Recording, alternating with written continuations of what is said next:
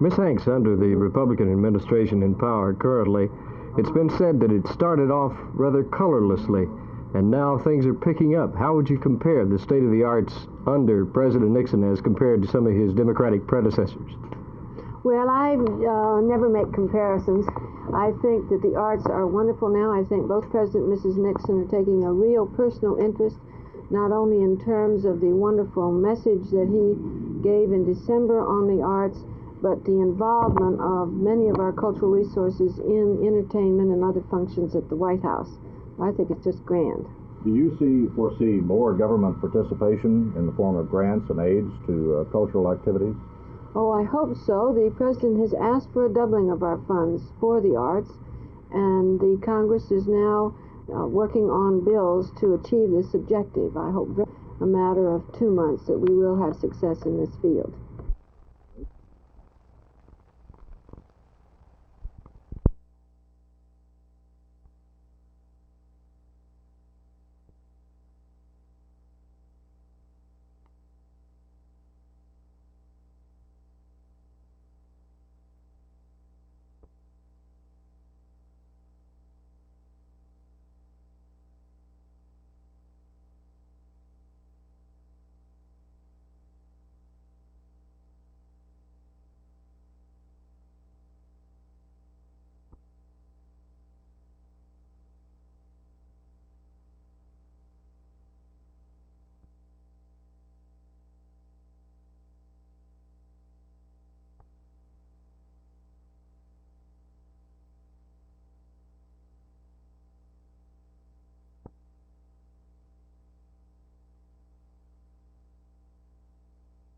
As the past intended, the committee did not itself make an attempt to make a complete and independent investigation of the problem faced by DCCAC.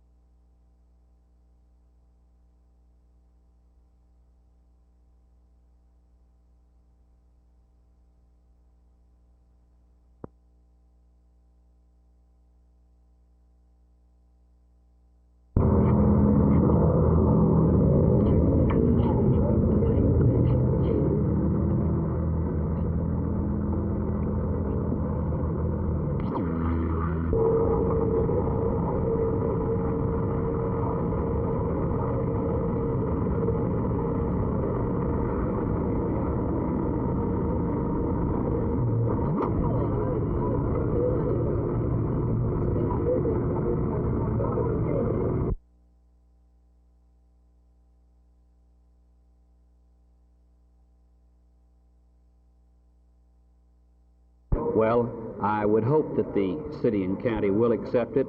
It is a change. It demonstrates, at least if the county and the city can accept it, it represents that we are willing to listen to, express genuine concerns of the poverty representatives, that they need a larger group than the 9 that was going to be permitted. Will you personally recommend it? I will recommend it.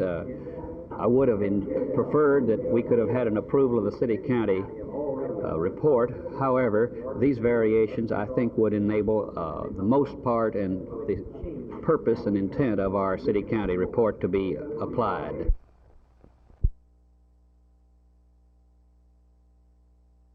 Either report we accept.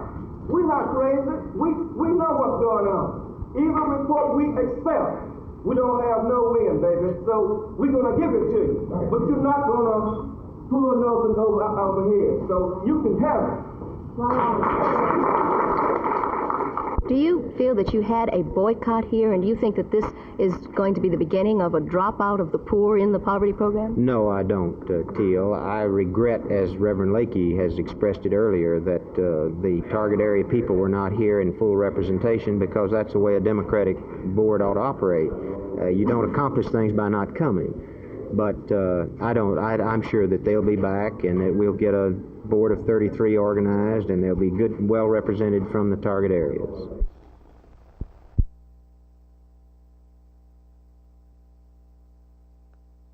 We, for example, some of us would be willing to donate easements.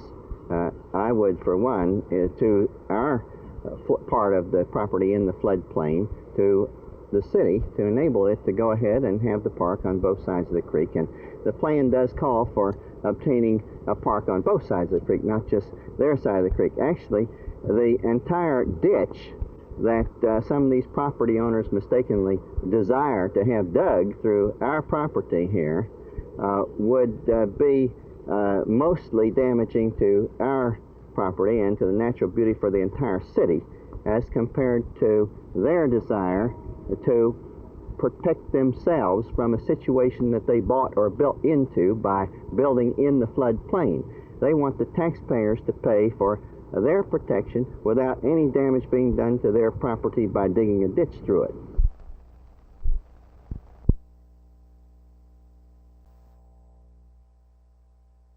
All of the points that Mr. Evans refers to as far as inadequate coverage or loss of targets are now covered by the overlap we do have between the two radars. In fact, we have one of the finest and probably the only system in the United States where we have the capacity of two radar systems that the controllers can use interchangeably to counteract any atmospheric conditions or problems that may exist at a given time.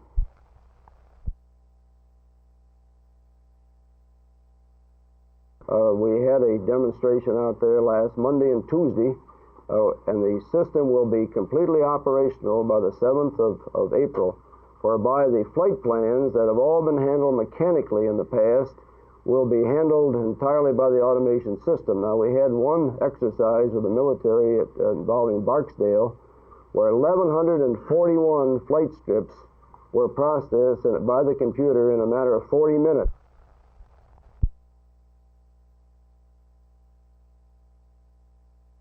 There's an interesting thing on this sick leave situation, that we're in a posture right today where we have actually fewer people out on sick leave than we would have in a normal period. And this is a great tribute to our people, because we know for a fact that some of them are going that extra mile, not that they're sick and coming to work, but they're making extra efforts to cooperate and to provide the service that is required. And we feel very appreciative of that kind of spirit.